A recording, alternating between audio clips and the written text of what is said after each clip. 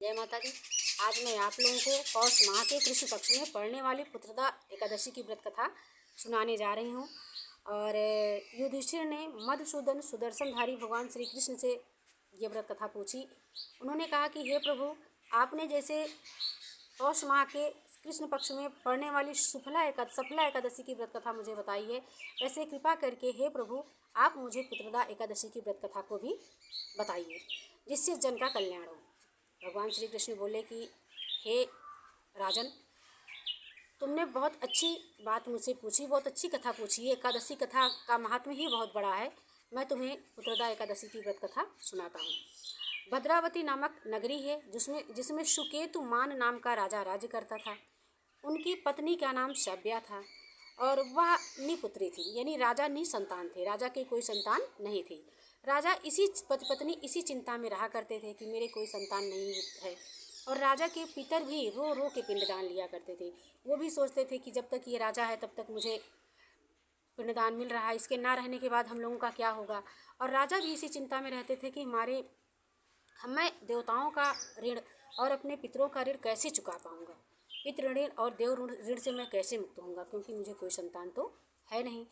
राजा भी इसी चिंता में चिंतित रहा करते, जो कि धन धान बंधु बांधव राज्य मंत्री हाथी घोड़े वैभव से उनका घर राज्य भरा था, तो भी राजा चिंतित रहते थे। राजा ने सोचा कि उनके मन में विचार आया कि क्यों ना मैं अपनी आत्महत्या ही कर लूँ, मुझे इस चिंता से छुटकारा मिल जाएगा। राजा ऐसा सोचे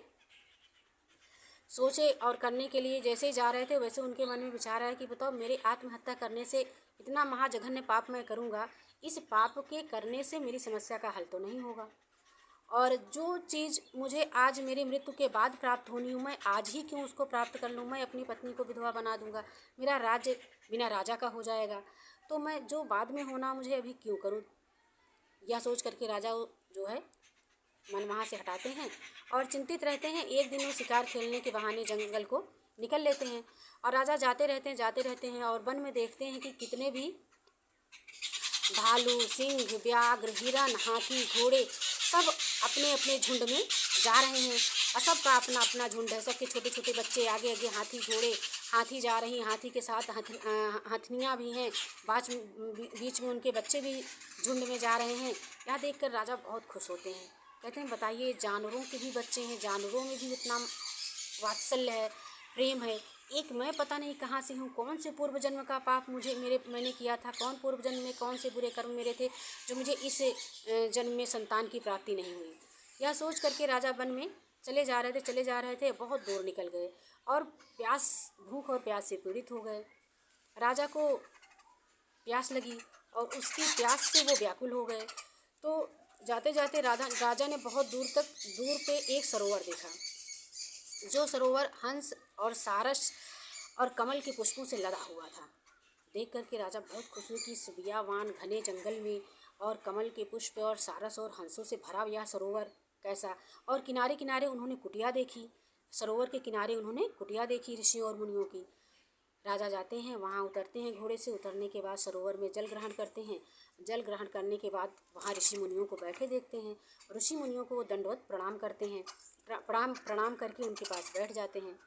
ऋषि मुनि राजन से कहते हैं कि राजन, तुम्हें कौन सा दुख है और तुम क्यों इतनी चिंता में हो। तो जितने ऋषि रहते हैं वो सब कहते हैं। और ऋषि से राजा ये भी पूछते हैं कि ऋषिवर, आप बताइए, इतने घोर जंगल में, बियावान जंगल में आप इस सरोवर के किनारे क्या कर रहे हो और आप लोगों ने यहाँ कैसे कुटिया बनाई। तो ऋषि बताते हैं कि हे राजन, यह सरोवर विश्वदेव सरोवर है। पुत्रदा एकादशी आज है, हम लोग यहाँ स्नान करने के लिए आए। हम लोग देव ऋषि हैं और यहाँ स्नान करने के लिए आए हैं। तो राजा ने कहा कि हे ऋषिवर, आप पुत्रदा एकादशी का क्या महात्मा है, इस एकादशी को करने से क्या मिलता है। तो ऋषि ने कहा कि हे राजन, हम लोग तुम्हारे लिए ही ठहरे हुए हैं। हम लोग तो स्नान करके यहाँ सरोवर में चले जाते हैं, लेकिन तुम्हारे लिए ही ठहरे हैं कि राजा यहाँ तक आएंगे, इसलिए तुम्हारे लिए ही ठहरे हैं। मैं तुम्हें इसके बारे में बताता हूँ। तुम सरोवर में स्नान करो, स्नान करके आओ। राजा ऋषि और के कहने के अनुसार सरोवर में स्नान करते हैं। स्नान करने के बाद यथोचित दंडवत प्रणाम करके ऋषि के पास बैठते हैं और ऋषि उन्हें पुत्रदा एकादशी का महात्मा बताते हैं कि इस एकादशी को तुम नियम पूर्वक करो, नियम पूर्वक एकादशी का व्रत करो और द्वादशी को प्रातःकाल नियम पूर्वक इसका पारण करो, तुम्हें पुत्र की प्राप्ति होगी। ऋषि के बताए हुए अनुसार राजन एकादशी का व्रत करते हैं। सारा दिन वो उसी वक्त से व्रत शुरू कर देते हैं। सारा दिन वो ऋषियों के साथ व्रत करते हैं। शाम के समय भजन कीर्तन करते हैं। दूसरे दिन पारण करते हैं। पारण करने के बाद राजा अपने घर को, अपने नगर को लौट आते हैं और आने के बाद अपनी रानी को यह सारी कथा बताते हैं कि मैं ऐसे ऐसे गया था, ऐसे मुझे ऋषिवर मिले, ऐसे सरोवर मिला, ऐसे ऐसे मैं व्रत किया हूँ। अब इस बार जो भी एकादशी आए, हर एकादशी का हमें व्रत करना है। राजा इसी तरीके से एकादशी का व्रत करने लगे और एक महीने, जस्ट एकादशी के एक महीने बाद राजा की जो रानी शैब्या थी वो गर्भवती हो गई। उन्हें पुत्र की प्राप्ति हुई। वह इनका पुत्र 9 महीने बाद जो पुत्र पैदा हुआ उतना ही ज्ञानवान, धर्मशील और यशस्वी बालक था।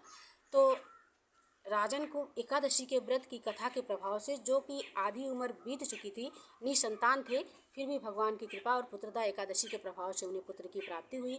वो भी इतने चिंतित रहते थे कि मेरा पिंडदान कौन करेगा, मुझे मोक्ष की प्राप्ति कैसे होगी। तो पुत्रदा एकादशी का व्रत करने से इंसान को संतान की प्राप्ति होती है। इंसान संतान का सुख भोगता है और उसके सारे कष्ट दूर होते हैं। इसलिए हम सभी को एकादशी तो अन्य व्रतों में श्रेष्ठ है। भगवान ने बताया ही है कि जैसे जितना 1000 अश्वमेध यज्ञ का फल नहीं मिलता, उतना हमें एकादशी का व्रत यदि हम नियम से करें तो हमें एकादशी के व्रत का फल उससे भी अधिक होता है। इसलिए एकादशी का व्रत हमें नियम से करना चाहिए। ये है आपके पुत्रदा एकादशी की व्रत कथा। इसको हम सभी को श्रवण करना चाहिए और सुनना चाहिए। बोलिए मधुसूदन भगवान श्री कृष्ण की जय।